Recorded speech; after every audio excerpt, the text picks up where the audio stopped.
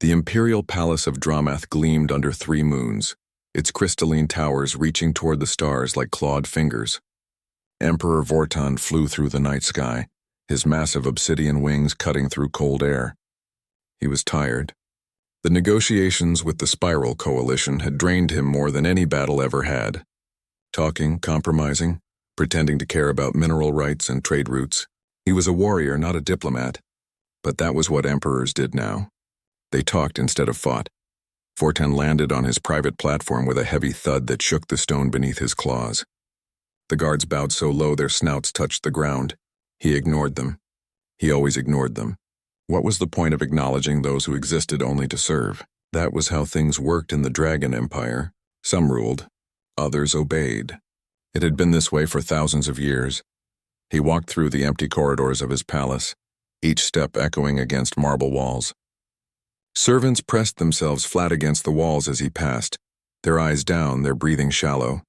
Fear radiated from them like heat. Good. Fear meant respect. Fear meant order. His father had taught him that before Vortan had taken the throne 800 years ago, the palace was exactly as he had left. Its silent, clean, perfect, and completely lifeless Vortan felt something twist in his chest, an uncomfortable sensation he had no name for. He pushed it away. Weakness had no place in an emperor. He had duties to attend to, reports to read, decisions to make. Sleep could wait. It always waited. But then he heard something that made him freeze mid-step. Laughter, not the careful, measured amusement of courtiers trying to flatter him. Not the nervous giggling of servants afraid of punishment. This was real laughter, pure and unguarded. The sound of genuine joy, and it was coming from the royal nursery wing. Vortan's first thought was anger. Who dared to make noise in his palace at this hour? Who dared to disturb the peace of the imperial household? His second thought stopped him cold. He recognized the other voice in that laughter, his son. Prince Askir Vortan had never heard his son laugh before. In 5 years of life, the boy had never made that sound, not once. Askir was quiet, timid, always watching from corners with those wide silver eyes. The court said he was weak. The generals whispered that he would never be fit to rule.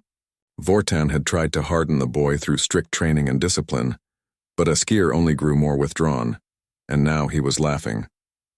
Vortan moved toward the sound without thinking.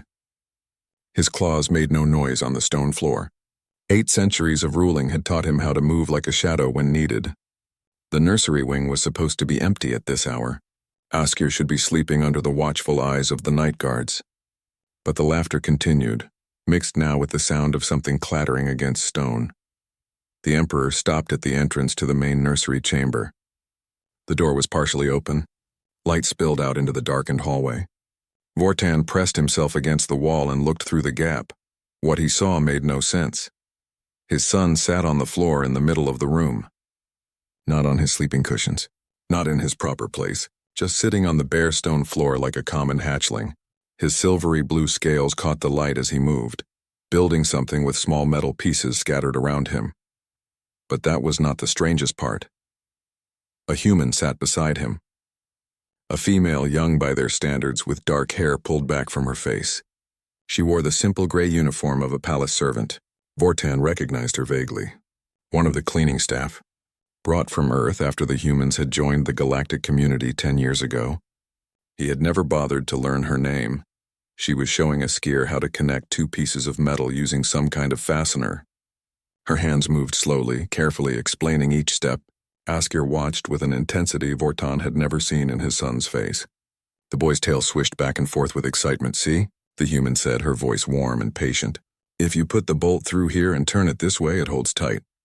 Then you can build on top of it. The foundation has to be strong or everything falls down." Askir nodded seriously.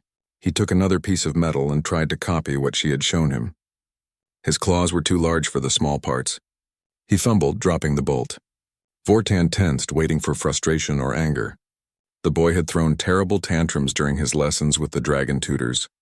But Askir just laughed again. That same clear, happy sound.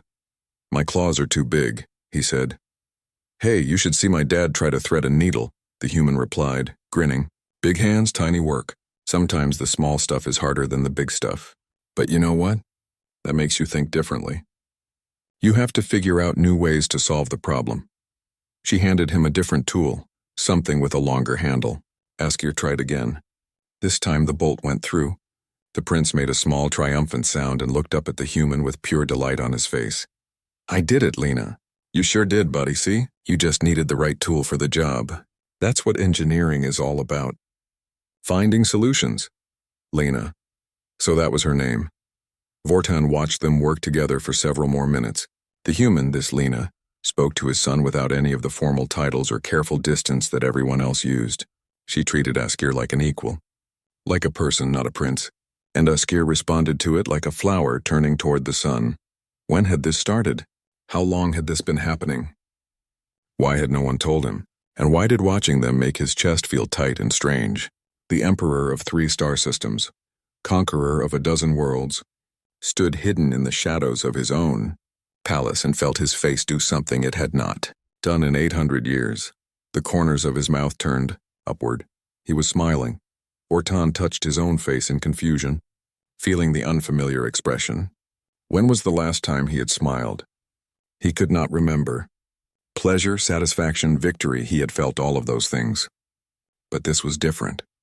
This was warmth that had nothing to do with conquest or power. This was joy, and it terrified him more than any battle ever had. Vortan did not sleep that night. He returned to his private chambers and sat at the window, staring out at the city below without really seeing it. His mind kept replaying what he had witnessed. The laughter. The easy comfort between his son and a human servant. The happiness on Askir's face. He should have been angry. Protocol had been broken. His son was being influenced by someone of lower rank. The proper channels had been ignored. Any other time, he would have had the servant removed from the palace immediately. Possibly worse. But he could not shake the image of Askir's smile. By dawn, Vortan had made a decision. He needed to know more, not through reports or interrogations. He needed to see for himself what was really happening. If this human was corrupting his son somehow, he would deal with it. If she was helping him, well, that was something he would have to consider carefully. Dragons did not spy on their own households. It was beneath imperial dignity. But Vortan was tired of dignity, tired of distance, tired of ruling a perfect, cold, empty palace while his son grew up miserable and alone. He called for the security chief, an old dragon named Sethis, who had served the imperial family for 3 generations. The meeting was brief and private. I want access to the nursery wing monitoring systems, Vortan said, and I want complete records of servant assignments for the past 6 months. Sethis did not question him. Good servants never questioned. But Vortan saw the flicker of concern in the old dragon's eyes before he bowed and left to fulfill the order. 2 hours later, Vortan sat in a small security room he had never visited before, watching screens that showed every corner of the royal nursery. The recordings went back months. He started from 3 months ago and began to watch. The first recording showed Lena entering the nursery to clean.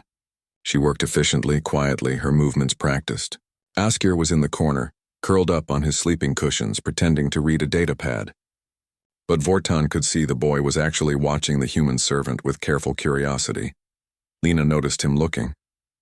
She smiled and waved. Askir quickly looked away, shy and uncertain. She went back to her work, humming softly under her breath. Some kind of earth song. Simple melody. Vortan found himself listening to it even through the recording. The second recording a week later showed more of the same. But this time Askir spoke. What are you singing? His voice was barely above a whisper. Lena looked up, surprised but pleased. Oh, it's an old song from Earth. My mom used to sing it when I was little. It's about stars and wishes and never giving up on your dreams. Dragons do not sing, Askir said carefully as if reciting a lesson. Really? That's too bad. Singing makes cleaning go faster. Makes everything a bit nicer, I think. Askir considered this. Then very quietly he said, I like it when you sing. Lena's face softened. Then I'll keep doing it. Thanks for telling me, Your Highness. Just Askir, the boy said quickly. When it is just us, you can call me just Askir. Okay then. Just Askir it is. Vortan watched recording after recording. He saw the slow building of trust between them. Lena talking about Earth while she cleaned. Askir asking questions about human culture, technology, families. The human never pushed, never tried to teach or lecture. She just answered honestly and kept working. Then came the day everything changed. Askir had been crying. Vortan could see tear tracks on his son's scales. The boy was hunched in the corner, looking smaller than his age. Lena came in for her regular cleaning and stopped immediately when she saw him. "Hey, what's wrong?" She set down her cleaning supplies and sat on the floor near him. Not too close, respecting his space. "The weapons master says I am weak," Askir said, his voice thick. "He says I will never be strong enough to rule, that I bring shame to my father's name." Vortan's claws dug into the armrest of his chair as he watched. He had heard the same reports from the weapons master, had agreed with the assessment, had pushed for harder training to toughen the boy up. What a fool he had been. "Askir, look at me," Lena said gently. When the boy raised his head, she continued, "Being strong isn't just about fighting. Some of the strongest people I know never threw a punch in their lives. My uncle was a mechanic, fixed engines, spent his whole life making sure ships could fly safely. He wasn't a warrior, but he saved more lives than any soldier I ever met. But I am supposed to be an emperor. Emperors must be strong. You know what makes a good leader? Someone who cares about their people, someone who listens, someone who tries to understand problems before they make decisions. You have a good heart, Askir. That's worth more than any weapon skill." "You really think so?" "I know so," Lena smiled. "Hey, you want to see something cool? I have some tools in my bag. My nephew and I used to build stuff together back on Earth. Maybe we could try building something. Might take your mind off the rough day." Askir hesitated, then nodded. That was the beginning. Vortan watched them build their first project together. A simple structure made from spare parts Lena had brought. Nothing fancy. But Askir was focused in a way Vortan had never seen during weapons training or court lessons. The boy asked questions, made mistakes, tried again, and slowly, over the course of an hour, created something with his own claws. When it was finished, Askir stared at the small tower they had built together. "I made this," he whispered. "We made it," Lena corrected. "You did most of it. I just showed you how the pieces fit. Can we build something else tomorrow? If you want to, absolutely. I want to. I really want to." The joy in Askir's voice made Vortan's chest ache. When was the last time his son had wanted anything? When was the last time the boy had shown enthusiasm for any lesson or activity? Vortan continued watching. Days turned into weeks in the recordings. The building projects became more complex. Lena brought books, simple engineering manuals translated into basic language. She taught Askir about physics, about problem solving, about creativity. But more than that, she taught him that it was okay to fail, that mistakes were part of learning, that asking for help was not weakness. Things Vortan had never taught his son. Things no one in the Dragon Court would ever teach a prince. The recording showed Askir transforming. He smiled more, talked more. His movements became less timid. He still struggled in his other lessons, but there was a spark in him now that had not existed before, all because a human servant had shown him kindness. Vortan turned off the screens and sat in the dark security room for a long time. He thought about his own childhood, his father's harsh training, the constant pressure to be perfect, to be strong, to never show weakness. He had survived it, had become emperor because of it, but had he truly lived? Looking at the joy in his son's face during those recorded sessions, Vortan realized something that shook him to his core. He had built an empire that spanned star systems. He had won wars and commanded fleets. He had done everything his father and grandfather had done before him, but he had failed at the one thing that truly mattered.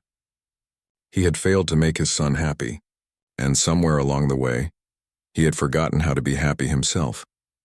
Until tonight, when he had heard Askir laugh and felt his own face smile for the first time in 800 years.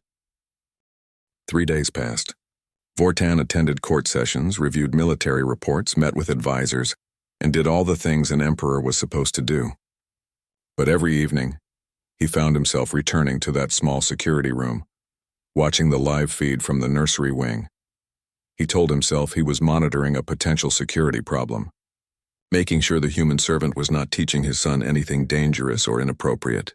But he knew the truth. He was watching because it made something inside him feel less cold, less empty. Tonight, Lena and Askir were building a bridge. Not a real bridge, of course, just a model made from metal rods and fasteners. but they approached it like it was the most important project in the galaxy. Okay, so the weight has to distribute evenly, Lena was saying, her hands gesturing as she explained. If one side is too heavy, the whole thing becomes unstable. Balance is everything in engineering. Like in flying, Askir said thoughtfully. My flight instructor says I must balance my wings or I will crash. Exactly. See, you already understand the concept. You just didn't know it applied to building too. Askir carefully placed another support beam. His claws were steadier now than in the earlier recordings. Practice had made him more confident. Lena, can I ask you something? Always. Why are you nice to me? The human paused in her work. She set down the piece she was holding and looked at the young dragon with gentle eyes. What do you mean? Everyone else is nice to me because they have to be. Because I am the prince. Because my father is the emperor. But you are nice to me even when no one is watching. Even when you do not have to be. Why? Vortan leaned closer to the screen, waiting for her answer. Lena was quiet for a moment, thinking. Then she smiled. You know, back on Earth I have a nephew. His name is Danny. He's about your age, actually. I used to visit him every week before I came here to work on Dramath. We would build things together just like this. Robots, tree houses. Once we tried to make a rocket. It didn't fly, but we had fun trying. You miss him, Askir said softly. Yeah, I do. A lot. Lena's voice was a bit sad. But you know what? When I met you, you reminded me of him. Not because you look alike, obviously, but because you have that same curious mind.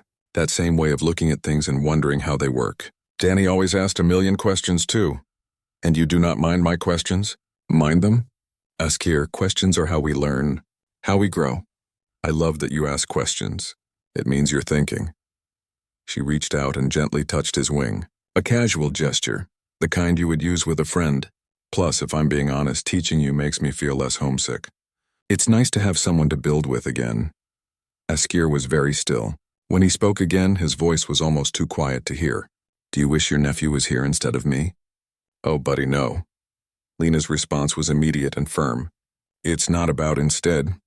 I care about Danny and I care about you. The heart doesn't work like a container that fills up and has no more room. It grows. There's space for everyone who matters. Even though I am a dragon and you are human, species doesn't matter. Not for friendship. Not for caring about someone. Lena picked up a bolt and handed it to him. You want to know a secret? When I first came to Dramath, I was scared. Everything was so different. The other servants mostly ignored me.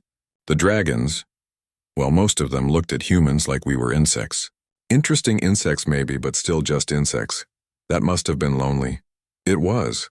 But then I got assigned to clean the nursery, and I met this shy little dragon who watched me work, and one day he asked me what I was singing. And suddenly I wasn't lonely anymore. Askir looked at her with those wide silver eyes. I was lonely too. Everyone says I must be strong like my father. Must be brave like a warrior. Must never show feelings because feelings are weak. But I am not strong. I'm not brave. And I have so many feelings I do not know what to do with them. Having feelings doesn't make you weak, Askir. It makes you alive. It makes you real. Lena set down her tools entirely and gave the young dragon her full attention. Your father is strong in battle. That's one kind of strength. But you know what takes even more strength? Being kind when others are cruel. Being honest about your feelings when others hide theirs. Being willing to learn and grow when others think they already know everything. You think I am strong? I think you're going to grow up to be stronger than you can imagine. Just not in the way everyone expects. And that's okay. The galaxy needs different kinds of strength. Askir was quiet for a long moment. Then he moved closer to Lena and rested his head against her shoulder. It was a gesture of trust, of affection, something he had never done with anyone else. Not even Vortan. The Emperor watched his son close his eyes and heard him whisper, I wish you could be my family for real. Lena wrapped her arms around the dragon's neck, careful of his scales. If you'll have me, buddy, I already consider you family. Family isn't just about blood or species. It's about who shows up for you, who cares about you, who wants to see you happy. Then you are my family.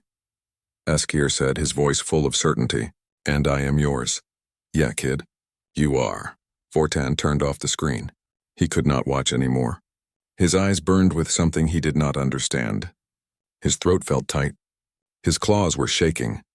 This human servant, this Lena, had given his son something Vortan had never managed to provide in 5 years of parenting. She had given Askir unconditional acceptance, safety, love. And Askir had bloomed under it like a plant finally getting sunlight. Vortan left the security room and walked through the empty palace corridors. The walls felt closer tonight, suffocating. He had built this place to be a fortress, a symbol of power and strength. But in doing so, he had created a prison for his servants, for his son, for himself. He reached his private office and stood at the window looking out at the city. Millions of beings lived under his rule, dragons, humans, and dozens of other species. He had conquered them, governed them, controlled them. But had he ever truly cared about them? Had he ever seen them as anything more than subjects? Resources? Tools to maintain the empire? When was the last time he had shown kindness to anyone? When was the last time he had thought about someone else's happiness? He could not remember. But a human servant who earned barely enough to survive, who lived in tiny quarters in the lower levels of his palace, who had every reason to be bitter about her place in the empire, had chosen kindness, had chosen to care for a lonely dragon child simply because he needed someone to care for him. What did that say about her? And what did it say about Vortan? The Emperor of 3 star systems stood alone in his office and faced a truth he had been avoiding his entire life. Power had not made him strong. Conquest had not made him great. 800 years of ruling had not made him wise. He had been pretending, playing the role his father had taught him, believing that emotion was weakness and distance was strength, that caring was dangerous and love was a liability. But watching his son find happiness with Lena, seeing the genuine connection between them, Vortan finally understood what he had been missing. Connection was not weakness. It was the strongest thing any being could have, and he had spent centuries running from it. The question now was whether it was too late to change. Whether he could learn to be something other than the cold, distant emperor everyone expected him to be. Whether he could learn to be a real father to his son. Vortan started small. The next morning he changed his schedule. Instead of the usual meetings that filled every hour, he blocked out time in the evenings. His advisors were confused but did not dare question him. The emperor's time was his own. He spent those evenings watching the live feed from the nursery, learning, studying how Lena interacted with Askir, how she praised effort rather than results, how she listened without judgment, how she made even failures feel like opportunities. But watching was not enough. Vortan wanted to understand more. He wanted to know about human culture, human psychology, human approaches to teaching and parenting, so he began to read. The palace library held information on every species in the empire. Vortan had never bothered with the human sections before. Humans were new to the galactic community, barely worth noticing. But now he consumed everything he could find about Earth and its people. He learned about their short lives and how it made them urgent, passionate. He read about their concept of family, which extended far beyond blood relations. He studied their emphasis on emotional intelligence, something dragon culture had dismissed as primitive sentimentality. And slowly, Vortan began to see why a human might succeed where dragons had failed. Dragons valued strength and tradition. Humans valued connection and adaptation. Neither approach was wrong, but Askir, it seemed, needed both. On the 5th evening of his research, Vortan made a decision. He began leaving gifts, nothing obvious, nothing that would reveal his involvement. He simply used his imperial access to have items delivered to the nursery supply room, better tools for building, engineering books written in simple language, materials that would allow for more complex projects. He watched the next day as Lena discovered the new supplies. She looked around, confused but delighted. Askir came over to see what she had found. "Whoa, look at all this stuff," Lena said, going through the boxes. "This is quality equipment. Way better than what I've been using." "Where did it come from?" Askir asked. "I have no idea. Maybe someone made a mistake with the delivery." "We should report it," Askir said carefully. "Taking things that do not belong to us is wrong." Lena smiled at him. "You know what? You're absolutely right. That's good thinking. Let me check the delivery manifest." She found the paperwork attached to the boxes. Her eyebrows went up. It says it's for educational supplies, nursery wing. Approved by imperial authorization. The Emperor sent this?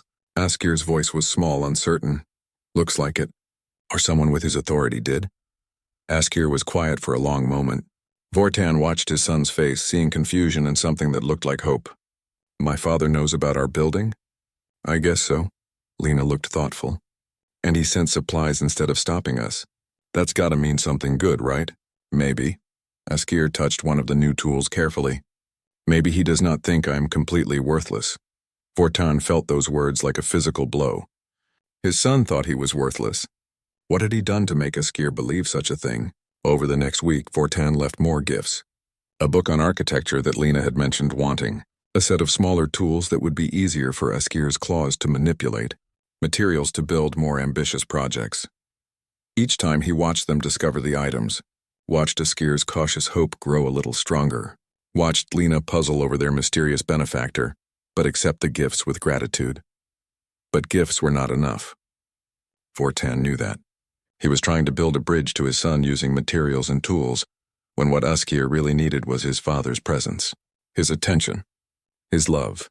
The problem was that Vortan did not know how to give those things. 800 years of emotional distance could not be undone with a few presents. He needed help.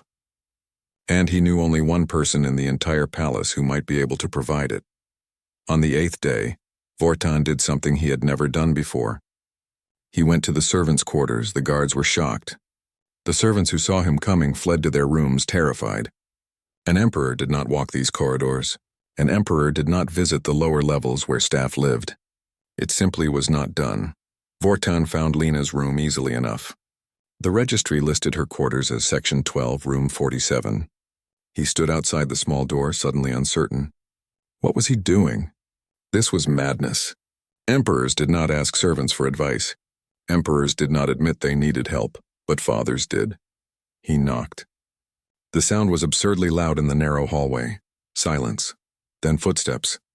The door opened a crack and Lena's face appeared. Her eyes went wide when she saw who was standing there. Your Majesty.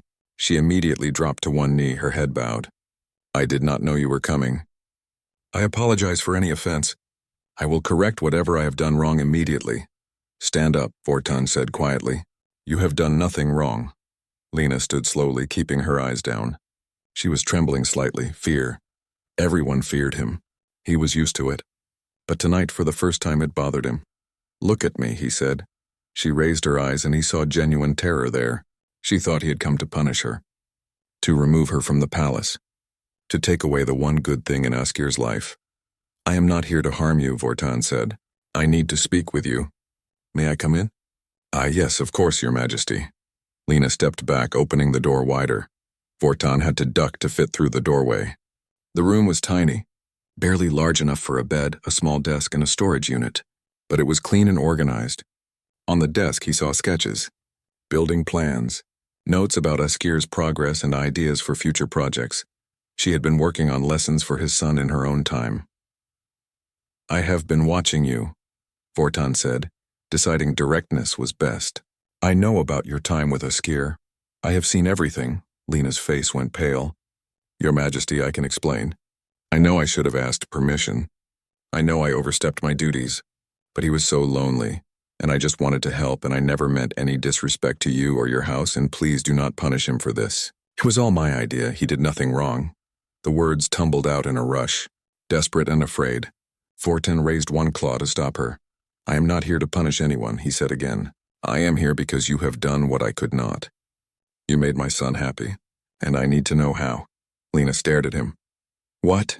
Teach me, Vortan said, and there was no imperial command in his voice. Just a father's plea. Teach me how to be what my son needs. Because I have no idea where to start.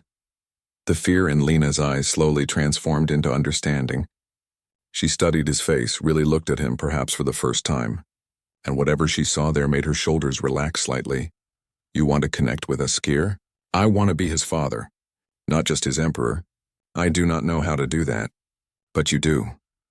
Vortan felt vulnerability like a wound, raw and uncomfortable. I am asking for your help. Lena was quiet for a long moment. Then she gestured to the small chair at her desk. You should sit. This might take a while. I am too large for that chair. Then sit on the floor. I'll make some tea. And Your Majesty? She smiled slightly, nervous but genuine. If you really want to connect with Askir, the first step is listening. Not commanding, not lecturing, just listening. Can you do that? Vortan lowered himself to the floor of the tiny servants' quarters, the most powerful being in 3-star systems, making himself humble before a human who owned nothing but her kindness and wisdom. Yes, he said, I can listen. And for the first time in 800 years, he meant it.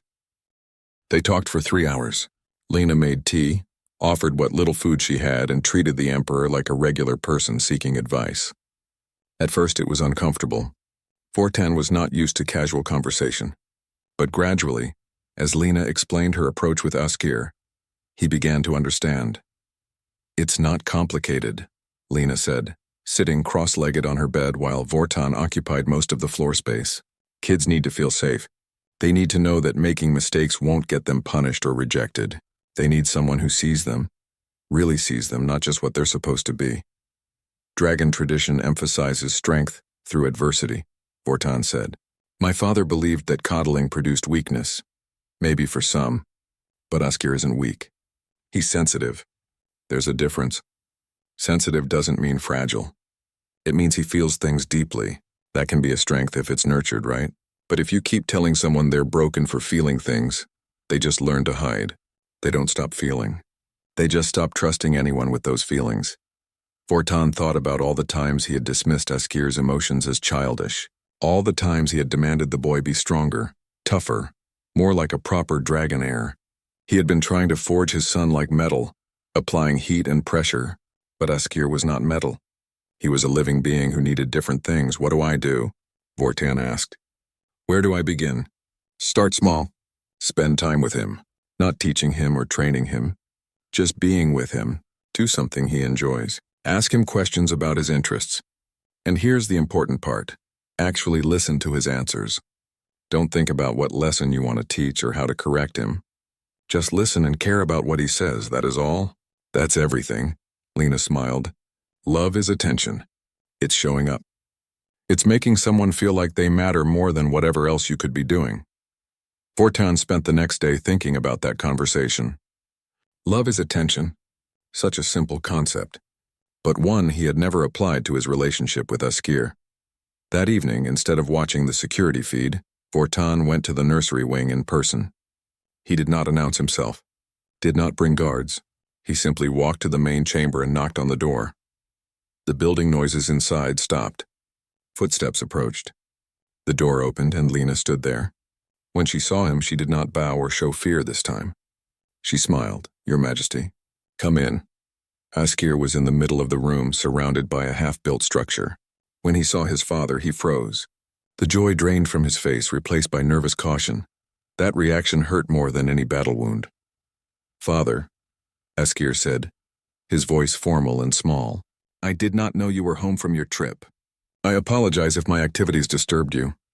Vortan felt something crack inside his chest.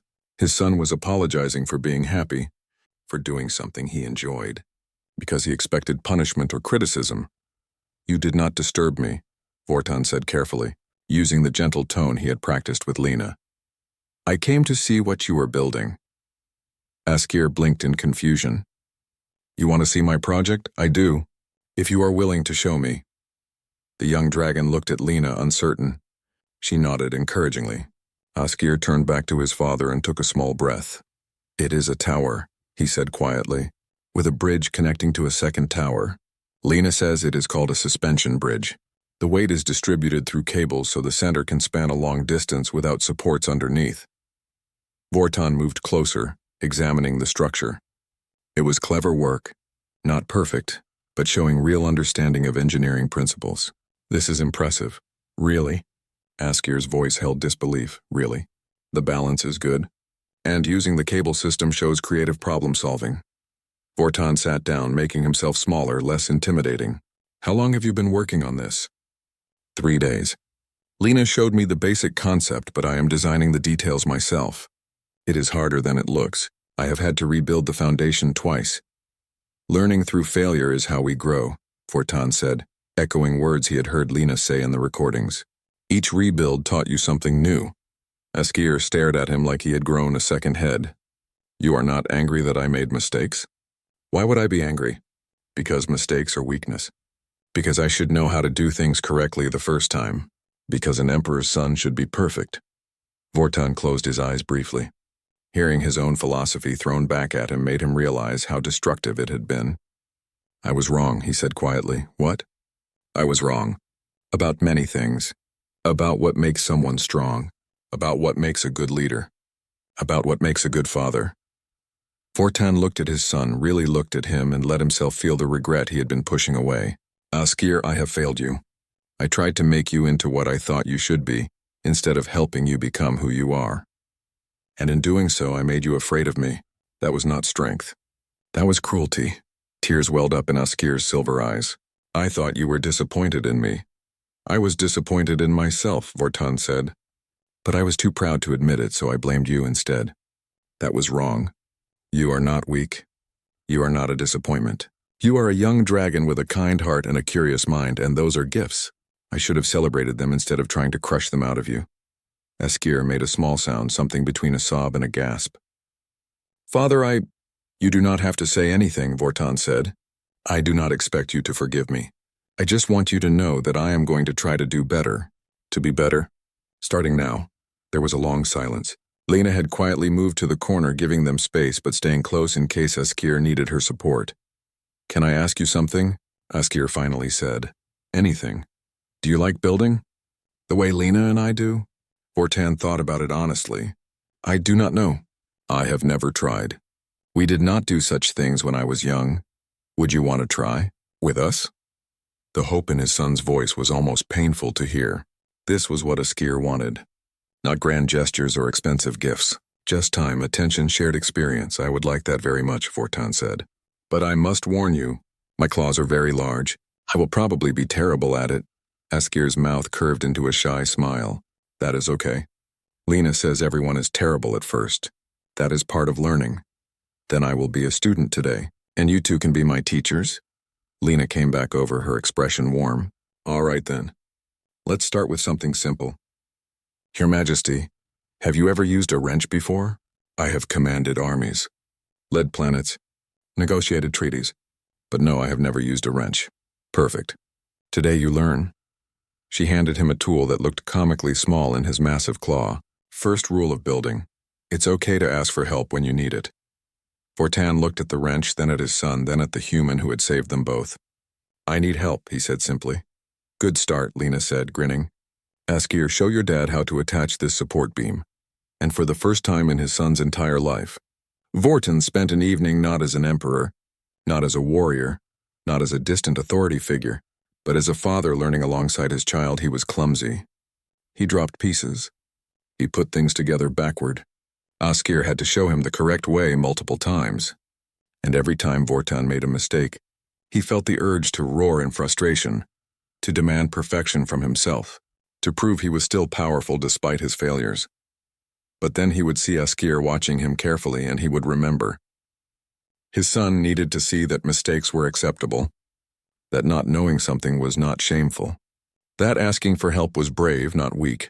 So Vortan swallowed his pride and said things he had never said before. I do not understand. Can you show me again? And thank you for your patience, and I am still learning. And slowly, over the course of 2 hours, Askir began to relax, began to smile more, began to treat his father less like a terrifying authority and more like an actual person. When they finally finished a small section of the bridge, Askir looked up at Vortan with something that might have been pride.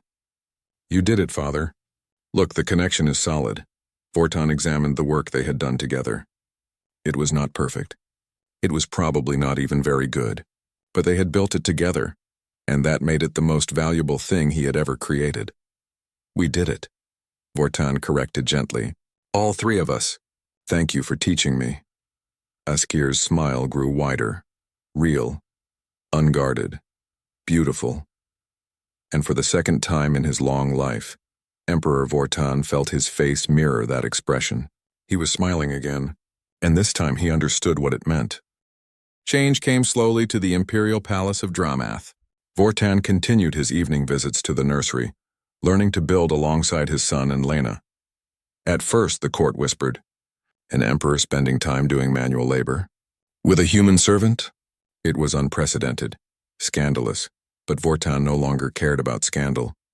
He cared about the way Askir's eyes lit up when he entered the room. He cared about the slowly building trust between them. He cared about becoming someone his son could love, not just fear. 3 months passed. The building sessions became routine.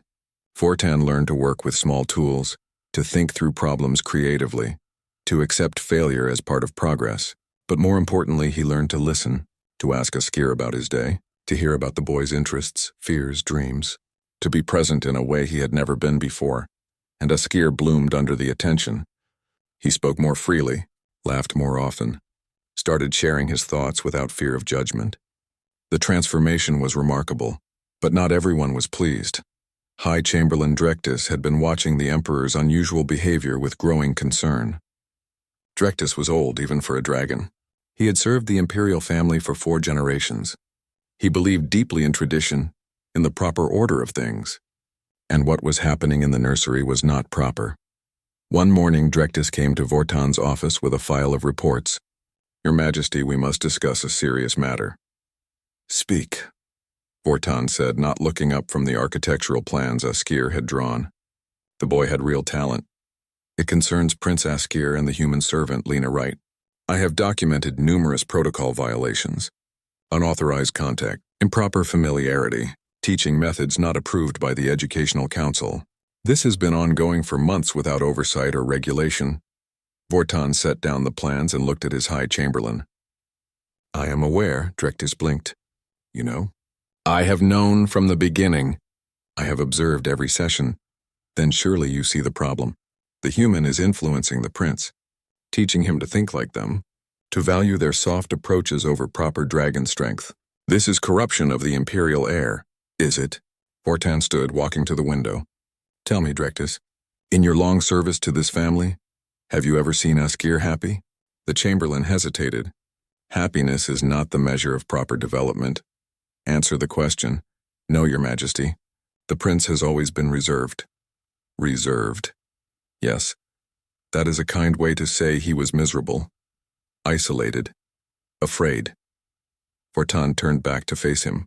"I spent 5 years trying to shape my son into a proper dragon heir, using every traditional method.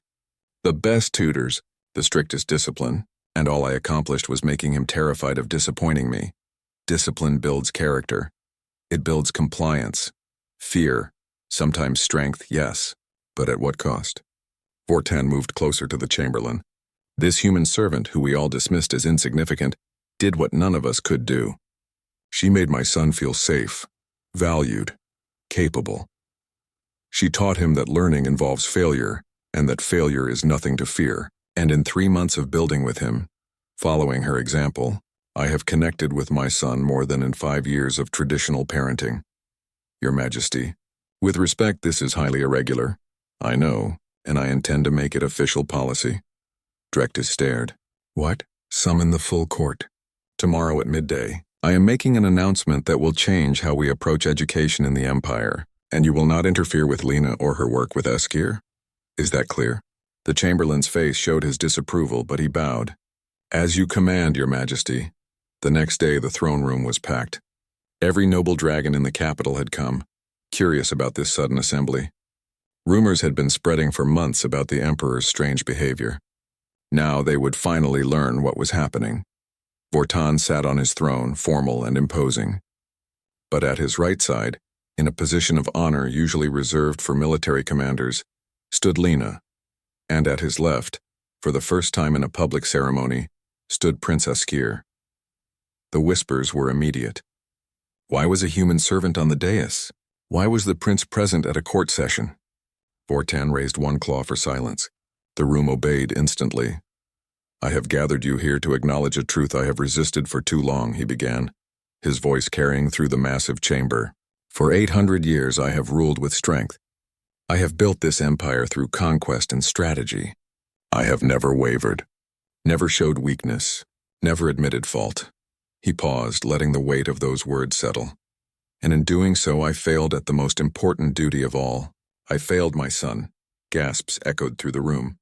Askir looked up at his father, eyes wide. I tried to shape him using the methods my father used on me. Harsh training, strict discipline, emotional distance. I told myself it would make him strong. Instead, it made him lonely, afraid, withdrawn. Vortan looked down at Askir and his voice softened. I am sorry, my son, for not seeing you, for not listening, for not understanding what you truly needed. Askir's eyes filled with tears, but he stood straight, dignified despite his emotion. Vortan turned back to the court. This human, Lena Wright, saw what I could not.